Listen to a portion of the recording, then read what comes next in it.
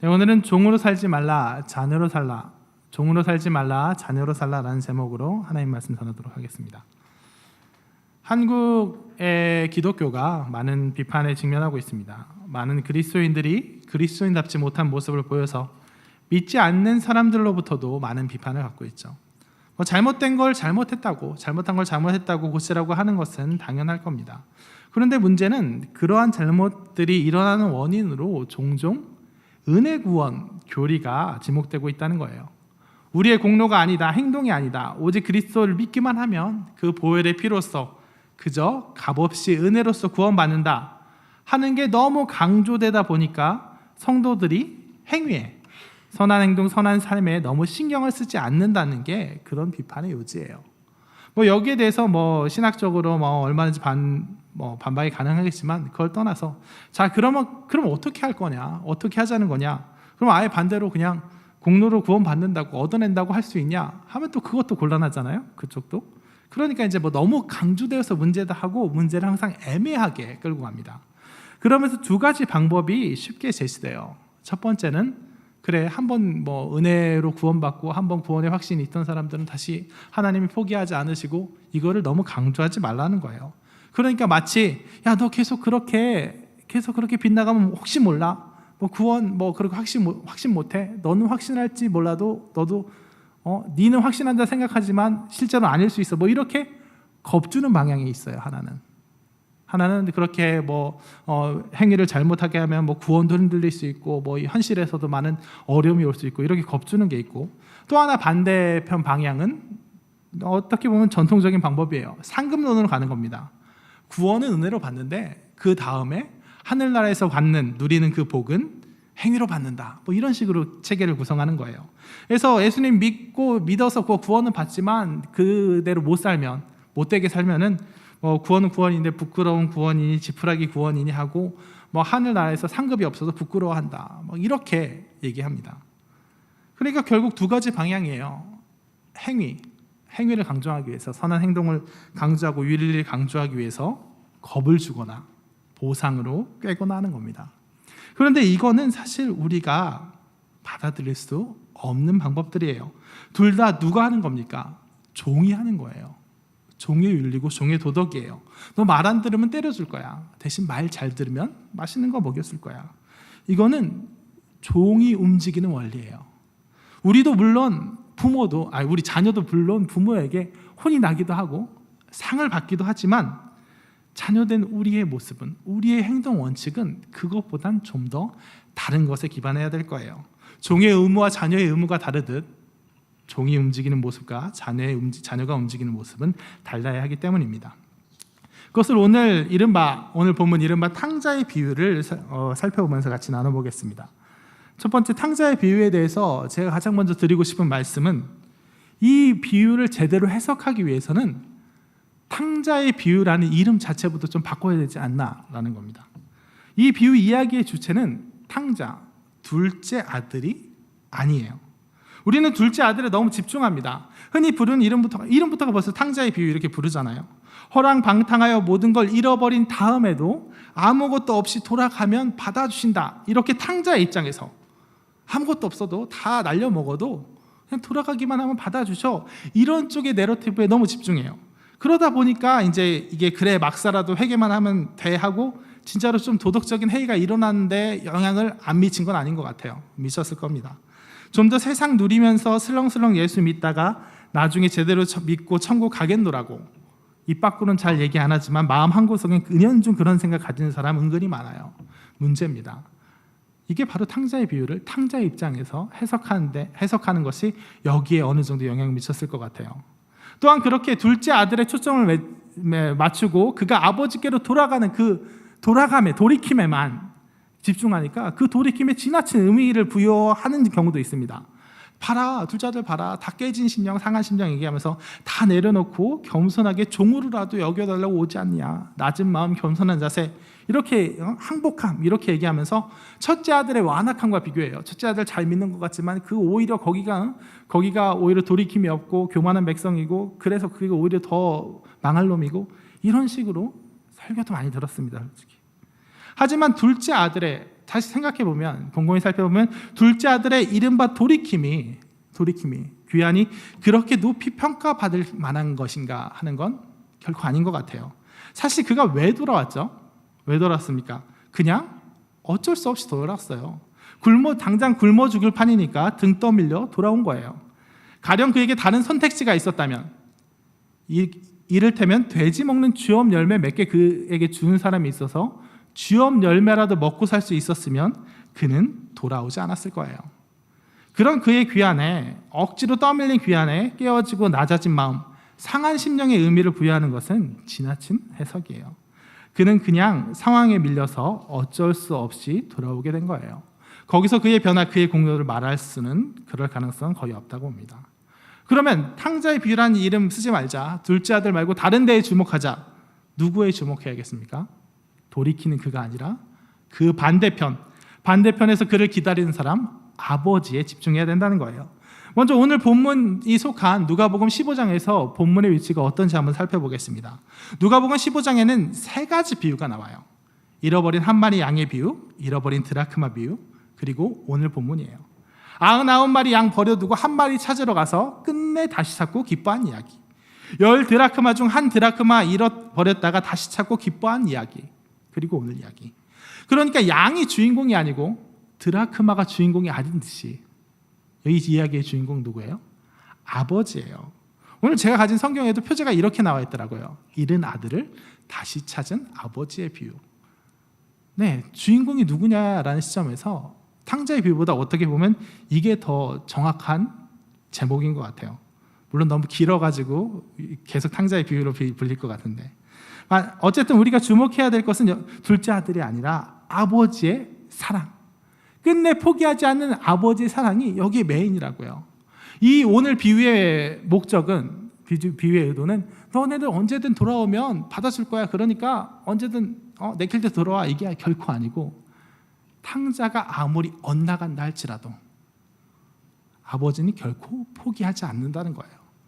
결코 그를 가만히 놔두지 않는다는 거예요. 비유니까 그냥 아버지로 했지만 여기 아버지 누구예요? 하나님이에요. 우리가 탕자로서 정말 하나님 저버리고 저 세상을 향해서 허랑방탕하게 내 욕심, 내 욕망 찾아서 아무리 나간다 할지라도 하나님께서 그러면 어떻게 해요?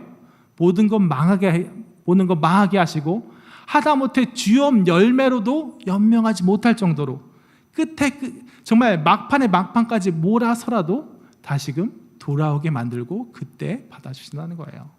또한 첫째 아들 어떻습니까? 첫째 아들 완악함에 대해서 아버지가 어땠나요? 화를 내고 야, 너 동생이 왔는데 그게 무슨 패륜적인 발언이냐 하고 꾸짖고 내쫓았나요? 아니잖아요. 어땠어요? 좋은 말로 잘 달래서 내 동생을 다시 찾았으니까 우리가 마땅히 기뻐하자 하고 달래서 들어오는 아버지의 사랑. 우리가 교회 안에서 예수님 믿는다고 하면서도 속에는 교만이 있고 공로가 있고 내 시기와 질투가 있고, 그래서 하나님을 제대로 섬기는 그런 심령, 그런 백성이 아니라 실제로는 이 안에 바리새인이 있다 할지라도 하나님께서는 어때요? 포기하지 않으시고 언젠가 어느 사건을 통해서든 그 심령 깨지게 만드시고 변화시키시고 끝내 다시금 그 잔치 자리로 데리고 들어오신다는 거예요. 첫째 아들이고 둘째 아들이고 세상을 향해서 방황하던 그고 아니면 여기서 완악하던 그고 할 것 없이 하나님의 사랑, 아버지의 사랑으로 모든 것 감싸신다는 거예요. 그러니까 오늘 본문의 내용은 뭐냐? 결코 포기하지 않는 하나님의 사랑, 자식을 결코 포기하지 않은 그 아버지의 사랑, 그 사랑이 오늘 메인이에요. 그 사랑에 기반해서 오늘 본문을 해석해야 오늘 본문의 바른 의미가 드러납니다. 그럼 이제 그것을 기반으로 결코 포기하지 않은 아버지의 사랑, 아버지와 자녀의 관계를 기반으로 한번 둘째 아들의 메시지를 해석해 보겠습니다. 둘째 아들의 이야기는 뭐냐면 신분의 이야기입니다. 종의 신분과 자녀의 신분은 다르다는 거예요. 종이 아니라 우리는 자녀됨의 그 신분을 누려야 된다는 거예요. 둘째 아들은 어떤 사람입니까? 자녀됨을 몰랐던 사람이에요. 그는 그와 아버지의 관계가 어떤 것인지 제대로 몰랐어요. 그는 종을 자처했어요. 내가 아버지의 재산을 다 까먹어 버렸으니까 내가 감히 아버지의 아들이라고 일컬음을 받지 못하겠다. 내가 아버지의 재산 다 날려버렸으니까 내가 종이 되어야겠다. 내가 아버지께 피해를 끼치고 손해를 끼쳤으니까, 아버지께 쓸모없는 아들이니까 아들이 아니고 종이 되어야겠다.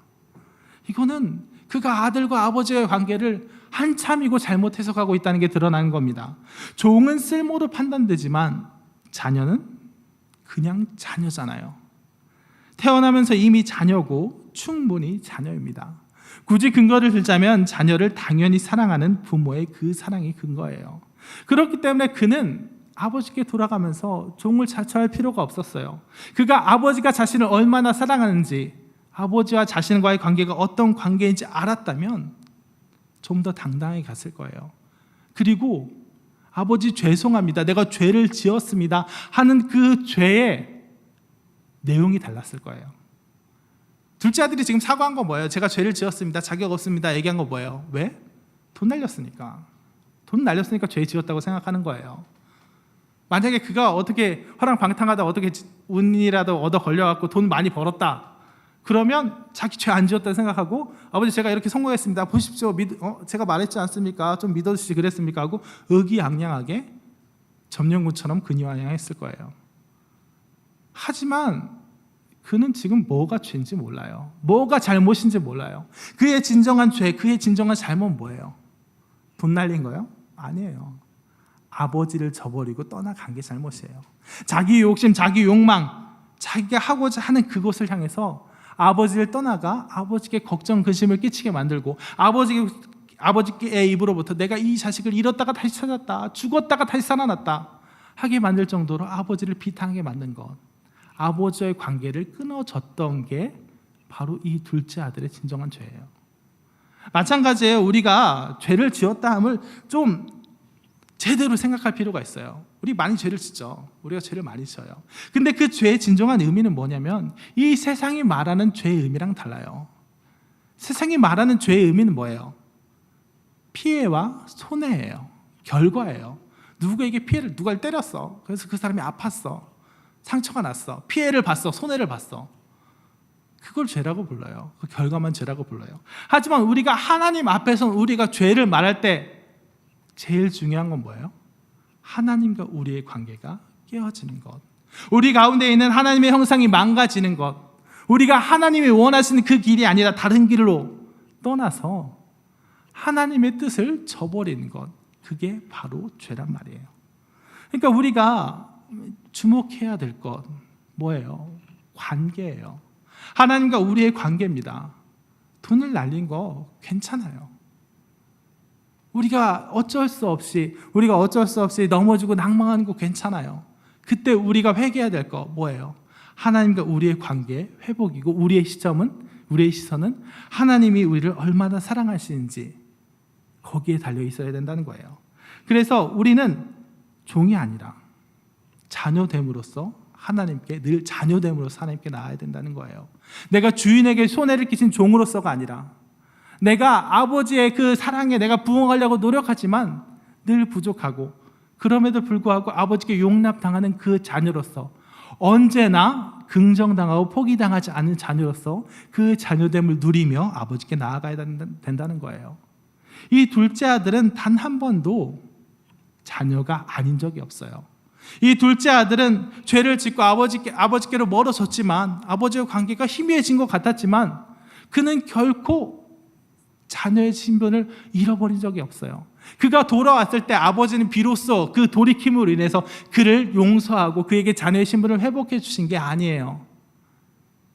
아버지는 그 허랑방탕한 그 둘째 아들을 끊쳐버렸다가 돌아와서 다시 받아들인 게 아니에요. 아버지는 어떻게 했어요? 돌아가고 있는데 아직 거리가 먼데 그 자식을 알아보고 달려와서 입을 맞추는 거예요. 매일매일 그가 어떻게 되었을까 걱정하며 나가본 거예요. 아버지에게서 그는 방황하고 있을 때조차, 허랑방탕할 때조차, 죄 중에 거할 때조차 역시 자녀예요. 돌아와서 자녀됨이 회복된 게 아니라 그는 멀리 있을 때조차 여전히 자녀였고 아버지께 돌아와서 다시 아버지 품에 거한 것뿐이에요. 마찬가지로 우리가 죄를 짓고 아무리 하나님과의 관계를 멀어지려고 정말 어떻게 보면 어떤 경우는 의식적으로 내가 하나님 저버리고 저 세상으로 가려고 이렇게 발버둥 쳐봐도 단 한 번도 우리의 자녀됨의 그 신분은 포기되지 않아요. 하나님께서 결코 포기하지 않은 그 사랑으로 우리를 꽉 움켜쥐고 계세요. 그래서 우리가 둘째 아들을 바라보면서 명심해야 될 것 뭐냐? 우리는 자녀의 신분됨을 자각해야 된다는 거예요. 우리가 자녀에 대해 신분됨을 자각하고 우리가 죄의 문제에 대해서 이 세상이 말하는 그 결과로서의 죄가 아니라 뭐 하나님한테 피해를 끼치고 손해를 끼치고 그런 죄가 아니라 하나님의 관계, 그 관계가 중요하다는 거. 둘째 아들이 생각하듯 종이었으면 내가 죄를 짓고 하나님한테 피해를 입히고 손해를 입히고 그랬으면 버려질 수도 있지만, 쓸모없으면 버려질 수도 있지만, 내가 부정을 저지른 종이면 내쫓김을 당할 수도 있지만, 내가 자녀이기 때문에 하나님이 결코 포기하지 않으신 그 사랑을 받고 있는 자녀이기 때문에 내가 저만치 멀리 떨어져 있을 때조차도 하나님께서 나를 잡아주고 계신다는 것, 그것을 잊으면 안 될 것입니다. 그럼 그 다음으로 우리는 자녀됨을 몰랐던 또 한 사람을 알 수 있어요. 또 한 사람을 보게 됩니다. 그게 바로 누굽니까? 바로 첫째 아들이에요. 그 역시 자녀됨을 몰랐습니다. 그 역시 스스로를 종으로 자처하고 있었어요. 그는 이렇게 얘기합니다. 저기 아버지가 둘째 아들이 돌아왔을 때 잔치를 벌여주니까 그를 시기하고 질투하여 29절에 이렇게 얘기해요. 아버지 어떻게 이러실 수 있습니까? 내가 자녀로 아버지를 섬겨 이렇게 명예 어김이 없었거늘 왜 나한테는 안 잘해주셨습니까? 이렇게 아버지에게 따지고 들어요. 근데 여기서 이 단어가 참 이 단어가 참 신기합니다. 29절에 나오는 내가 자녀로 아버지를 섬겨, 내가 아버지를 섬겨 명을 어김이 없거늘, 이 단어에서 섬기란 말은 헬라어로 어떤 단어냐면 둘리오라는 단어예요. 둘리오. 어디서 많이 들어보신 단어랑 비슷하지 않아요? 둘로스에서 나온 단어입니다. 둘로스는 많이 들어보셨죠? 시선 피하지 마시고요. 둘로스는 많이 들어보셨죠? 종이란 뜻이에요. 종. 그러니까 둘리오는 뭐냐면 종노릇하다, 예속되다 이런 말이에요. 성경의 다른 용례를 찾아보면 성경 다른 데선 너희가 죄의 종노릇하겠느냐 그럴 수 없느니라. 우리가 아브라함의 자손이라 남의 종된 적이 없거늘 뭐 이렇게 써요. 그러니까 이것은 자녀로서 아버지를 섬기는 그 섬김의 단어가 아니고 종으로서 주인을 섬기는 단어, 그 마인드의 단어예요. 이 첫째 아들이 얘기하고 있는 말, 이 한 단어뿐만 아니라 이 따지고 드는 이 말이 정확하게 어떤 말이냐? 종의 마인드예요. 아버지의 말씀을 잘 듣는 착한 아들로서의 말이 아닙니다. 효자의 말이 아니에요. 내게 많은 재산을 상속해줄 지금 집안의 가장으로서 힘이 있는 아버지에게, 가장에게 복종하는 후계자, 그저 대를 이어 물려받을 사람에게서야 나오는 말이에요. 아버지의 말씀을 잘 따라왔어요. 명을 어김이 없었어요. 내가 계약을 다 지켰어요. 근데 왜 나한테 안 해줍니까? 왜 나에게 계약을 이행해주지 않습니까? 그는 아버지의 말에 복종하고 순종했지만 뭐 때문에? 그래야 재산 잘 물려받을 거니까, 그래야 이 집안이 내 것이 될 거니까, 아버지께로 올 다른 보상 때문에 그가 복종하고 순종하고 자기의 뜻을 꺾어왔음이 드러나요. 그러다 보니 그는 아버지의 지극한 사랑과 그로부터 흘러나온 모든 사랑의 관계에서 단절되어 있습니다. 30절에 그는 또 어떤 단어를 쓰냐면 그가 자신의 동생을 가리키면서 뭐라고 얘기합니까? 아버지의 살림을 창녀들과 함께 삼켜버린 이 아들. 그냥 한글로는 이 아들이에요. 근데 헬라 원문의 의미를 살려서 직역하면 어떤 말인 줄 아세요? 당신의 이 아들이라는 뜻이에요. 소유격이 붙어요. 당신의 이 아들. 내 동생이 아니라 당신의 아들인 겁니다. 종들은 들판에서 돌아온 그에게 당신의 동생이 돌아왔습니다. 그래서 기뻐 잔치가 펼쳐지고 있습니다 라고 얘기해요. 아버지는 그에게 내 동생이 돌아왔다, 우리가 마땅히 기뻐해야지 라고 얘기해요. 근데 그는 자기의 동생을 동생이라고 지칭하지 않아요. 당신의 아들이라고. 그는 절대로 자기의 동생을 인정하지 않으려고 합니다. 아버지의 아들은 뭐예요? 그의 동생이 아닌 거예요. 아버지께로 뻗쳐오는 사랑의 관계, 그 사랑의 관계에서 그는 자녀됨을 알지 못하고 종으로 자처하기 때문에 아버지의 아들은 아버지의 아들이고 내 동생으로 사랑이 흘러가지 않은 거예요. 질투와 시기, 분노로 인해서 그 사랑의 관계가 단절되어 버린 거예요. 이런 면에서 첫째 아들, 내가 아버지에게 자녀로서의 의무를 다했습니다. 내가 아버지의 말을 다 지키지 않았습니까? 순종하지 않았습니까? 내가 자녀로서 의무를 훌륭히 다하지 않았습니까? 그런데 왜 내게 이러십니까? 하고 성마른 목소리로 외치고 있는 그는 실제로는 자녀의 의무를 전혀 하지 못하고 있던 사람임이 드러납니다. 자녀의 의무가 뭐예요? 부모가 자녀에게 원하는 바가 무엇입니까? 일 잘하는 거예요? 말 잘 듣는 거예요? 관계며 사랑입니다. 부모가 자녀에게 원하는 건 말 잘 듣는 게 중요한 게 아니에요. 내가 아버지를 섬겨 명을 어김이 없었다. 섬겨란 단어도 종이 주인 섬기는 그 단어 써가면서 이렇게 말하는 건 뭐예요? 종들이 하는 단어예요. 이건 종들이 얼마든지 하는 거예요. 종이면 당연히 하는 겁니다. 아버지가 진정으로 그에게 원한 것, 그가 자녀로서 내가 아버지께 순종했습니다라고, 자녀로서 의무를 다했습니다라고 말할 수 있으려면 어떻게 해야 됐어요? 아버지가 진정 끔찍히도 그를 사랑했던 만큼 그도 아버지를 사랑했어야 돼요. 얼마간이라도 아버지를 사랑하고 어머니를 사랑하고 동생을 사랑하고 가족이 한마음 한몸 되는 사랑을 이루는 것, 그게 자녀의 의무 아니에요? 자녀의 의무는 사랑이에요. 관계예요. 근데 이 천하들은 뭐예요? 종들도 다 아는, 종들은 당연히 아는, 아버지 말을 들어, 주인님 말을 들어서 내가 어김이 없지 않았습니까? 그 종의 논리를 내세우면서 자녀의 의무, 관계와 사랑은 전혀 외면하고 당신의 아들, 이렇게나 얘기하고 있는 거예요. 아브라함이 진정으로 원한 건 말 잘 듣고 신실한 다메섹 엘리에셀이 아니었습니다. 말을 듣던 안 듣던, 혹여 무릎에 기어 올라와 수염을 잡아당기더라도 자기의 자녀됨으로써 자기를 사랑해 주는 이삭이었을 거예요. 첫째 아들은 그런 아들의 마인드가 아니라, 아들로서가 아니라 종의 시선으로, 종의 마인드로 아버지를 대해놓고는 나는 충분히 하지 않았습니까? 내 공로, 내 자랑을 보십시오 하고 있는 거예요. 다른 종들은 당연히 했을 그것을 가지고, 그럼 그냥 종들에게 해주는 정도로만 세경이나 후이 쳐주면 그만인 그런 정도의 알량한 공로를 가지고 그렇게 나왔던 거예요. 그렇기 때문에 우리는 자녀로서 자녀됨을 회복한다면 자녀의 의무 또한 회복해야 돼요. 여기 이 첫째 아들의 모습에서 우리는 우리 자신의 모습을 발견할 수 있다고 생각합니다. 내가 하나님께 순종하지 않았습니까? 주일 성수하지 않았습니까? 내가 봉사도 하지 않았습니까? 선교도 나가지 않았습니까? 그게 중요한 게 아니에요. 중요한 게 아니라는 건 좀 과격한 말이고, 그 안에서 중요한 게 뭐예요? 관계요, 사랑이 중요한 거예요.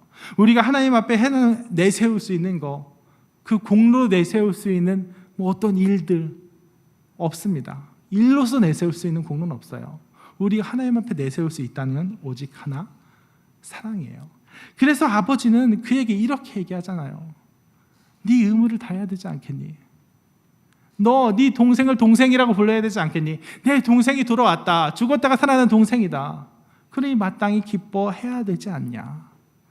자, 이것은 제가 의무라고 표현했지만, 자녀의 의무라고 표현했지만 역시 사실은 누리는 거예요. 권리입니다. 축복이에요.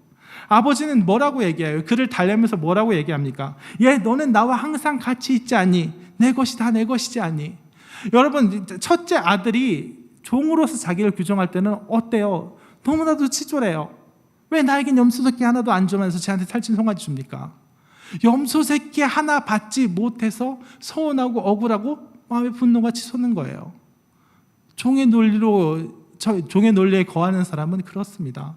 하나님, 왜 저한텐 이거 허락 안 해주십니까? 하나님 잘 안 믿는 것 같고 뺀질뺀질한 것 같은 김모 집사는 저렇게 잘 나가게 하시는데, 이번에 아파트 당첨도 되게 하시는데, 가령 합시다. 가령 한 2, 3억 벌게 하시는데, 왜 전 항상 이렇게 고생하게 하십니까?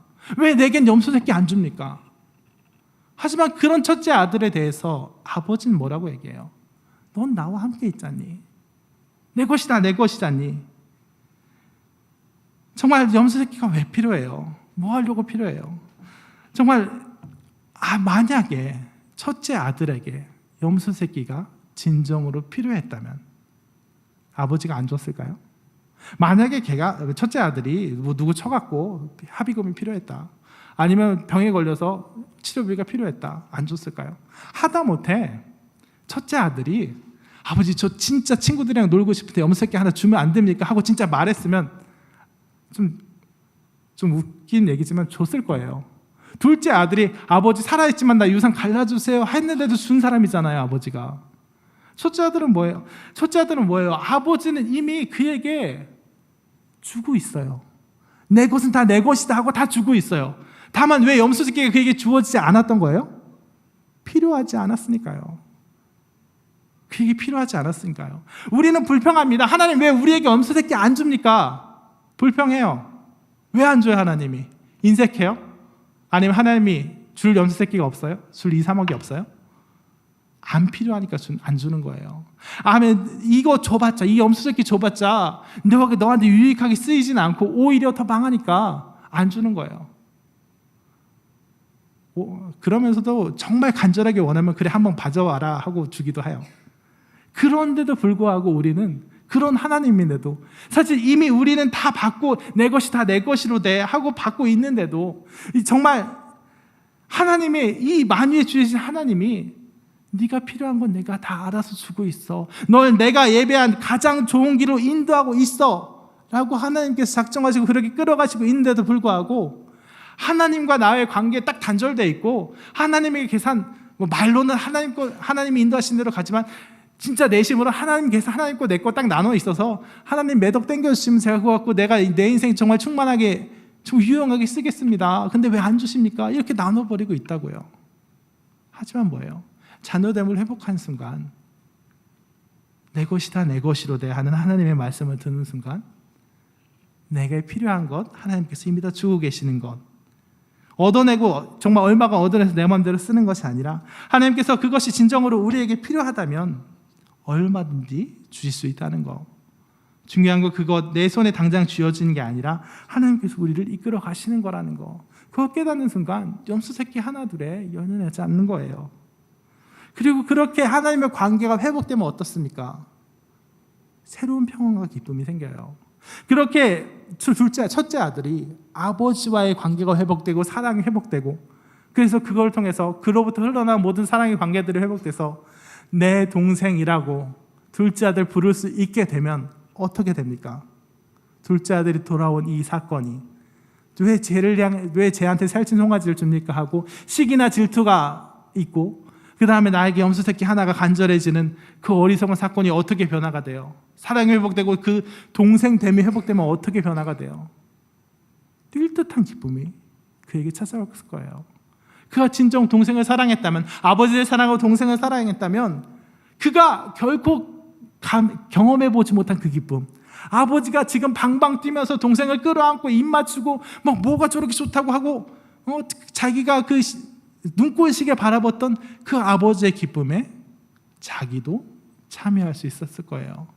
우리가 하나님과의 관계가 회복되고 사랑이 회복돼서 그래 내 것이 다 내 것이로 돼 하고 막 하나님 나를 이끌어 가시고 그래서 하나님과 나가 뭐 다른 계산이 아니고 그냥 다 같이 뭐 네 거 내 거 내 거 네 거 하나님 보고 네 거 하면 좀 그래. 아무튼 그래서 다 하나님과 한 몸에서 이루어 가면 어떻게 되는 거예요? 하나님의 기쁨이 하나님의 일이 이루어지고 있는 게 내 기쁨이 되는 거예요.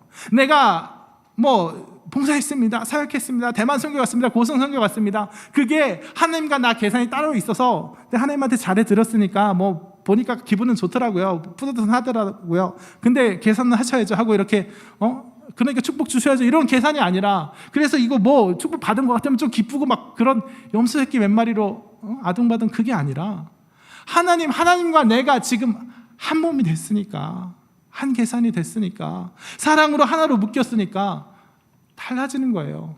내가 고성을 갔더니 대만을 갔더니 그 사람이 하나님 믿던데요. 그 사람이 예수님 믿고 고백하고 돌아오던데요. 하나님의 일이 이루어지고 있던데요. 이걸 보면 하나님이 얼마나 기뻐하실지 내 마음이 다 떨립니다. 내 마음이 다 기쁩니다. 이 세상이 내가 염소새끼 한두 마리에 정말 연연했을 때는 내가 이 세상의 그 기준대로 내가 움켜쥐고 할 때는 도저히 잡혀지지 않았던 그 기쁨과 평안들이 하나님과 한 몸 돼서 나가는 순간 내게 찾아갑니다. 이게 얼마나 기쁜 일인지 모릅니다. 모세의 고백, 바울의 고백 이젠 조금 알겠습니다. 내가 생명책에 씌워진 한이 있더라도 내가 저기 구원받지 못할지라도 내 백성, 내 백성이 아니죠. 하나님의 백성, 이 내 동족들이 구원받는 걸 원하는 바로다. 내가 이익 받는 게 중요한 게 아니에요. 내가 뭐 이 땅에서 잘 되고 떠나서 내가 뭐 나중에 천국 가고 그래서 뭐 영원한 복락을 누리고, 이것보다도 내가 중심이 된 그 기쁨과 축복과 그 평안보다도 하나님의 일이 이루어지는 걸 보니까 내가 너무 기쁩니다. 내가 그게 내 가장 큰 초미의 관심사입니다 하는 그런 고백, 내가 조금이라도 알겠습니다. 그래서 내가 하나님 믿는다고 사랑한 나의 아버지 찬양하면서도 끝끝내 내 이기심이 남아있고 내 욕망, 욕구가 남아있어서 어떻게든 하나님 믿는 것도 결국 내가 기쁘기 위해서고, 하나님 나중에 천국 가야 되니까, 그래서 영원한 기쁨 누려야 되니까, 안 믿으면 손해니까, 그래서 여기 자리에 있고, 그래서 하나님께서 뭐 이거 해야 된다 저거 해야 된다 마치 종에게 하듯이 선포되는 메시지를 종처럼 받아들여서, 그래 나가야 되지, 안 그러면 크게 당하겠지, 뭐 11조 하나 빼먹다 보면 나중에 한꺼번에 병원비로 갚겠지, 내가 그래 하나님 말씀대로, 그래 누구였죠? 록펠러대로 그래 열심히 하면 풍이 있겠지. 그렇게 매피하고 보상 쫓아서, 매피하고 상 쫓아서 그게 갔던 그 종으로서는 도저히 누릴 수 없는 그런 기쁨, 그런 환희가 하나님과 한 몸 된 사람, 하나님의 자녀됨을 누릴 수 있는 사람, 의무라고 표현했지만 결코 그 의무가 아니고 축복의 권리인 그 자녀됨을 누리는 사람에겐 찾아온다는 거예요. 우리가 마땅히 기뻐하지 않겠느냐. 마땅한 기쁨, 이 세상에 알 수 없는 그런 기쁨이 우리를 찾아올 것입니다. 말씀을 정리하겠습니다. 우리는 탕자의 비유, 이 이름처럼 너무 둘째 아들에게 관심이 많아요. 너무 자기 마음대로 이걸 해석합니다. 내가 아무리 허랑방탕하게 살아도 나중에 다 해주시겠지. 그런 프리패스가 오늘 본문의 메인이 아닙니다. 오늘 본문의 메인은 뭐냐? 첫 번째, 하나님께서 우리를 결코 포기하지 않으신다. 세상으로 방황하던 둘째 아들도, 효자인 척하면서 속은 완악함 가득한 그 첫째 아들도, 우리가 어떤 난리를 피워도 하나님께서 다 포기하지 않으시고, 때려서라도 무슨 일이 있어서라도 다 돌이키신다. 왜? 하나님은 아버지시니까. 자녀를 결코 포기하지 않는 아버지시니까. 그러니까 우리는 자녀로서 첫 번째 그 신분을 누려야 됩니다. 둘째 아들처럼 내가 죄를 지었습니다, 내가 그럴 만한 인간이 안 됩니다, 공로가 없습니다 하고 끊쳐버려질 수 있는 그런 유동적인 그런 자세가 아니라, 내가 하나님의 결코 포기되지 않는 자녀입니다 하고 그 신분됨을 누리며 하나님 앞에 정말 담대히, 내 공로가 아니라 내 자녀됨의 신분됨에 의해서 하나님께 나와야 되고, 그때도 죄에 대해서 어떻게 생각해야 된다고요? 관계의 문제라는 거, 중요한 거 결과의 문제가 아니라, 세상 사람들이 말하듯 피와 손해의 문제가 아니라 하나님과의 사랑의 문제라는 거 제대로 바라보고 나와야 되고, 또 첫째 아들 보면서 어떻게 해야 된다고요? 자녀로서의 의무, 말이 의무지 권리며 축복인 걸 누려야 된다고요. 하나님의 계산과 내 계산 따로 계산했을 때는 내가 움켜줘야 된다, 내가 하나님한테 뭐 받아야 된다 할 때는 결코 누리지 못했던 넉넉함, 내가 필요한 거 있으면 하나님이 다 해주시겠지 하는 그런 넉넉함으로 나가면서, 또한 내가 움켜쥐고 있을 때는 경험해보지 못했던 기쁨과 환희, 하나님의 일이 이루어진 걸 내가 보는 것이 내게 지극한 기쁨입니다. 그런 기쁨과 환희가 우리를 가득 채울 것입니다. 그러므로 종이 아니라 언제까지고 자녀됨을 누리며 자녀의 의무, 자녀의 권리, 축복을 역시 능히 감당하며 나가는 그런 홍대 세교의 성도님 되시길 진심으로 축원합니다.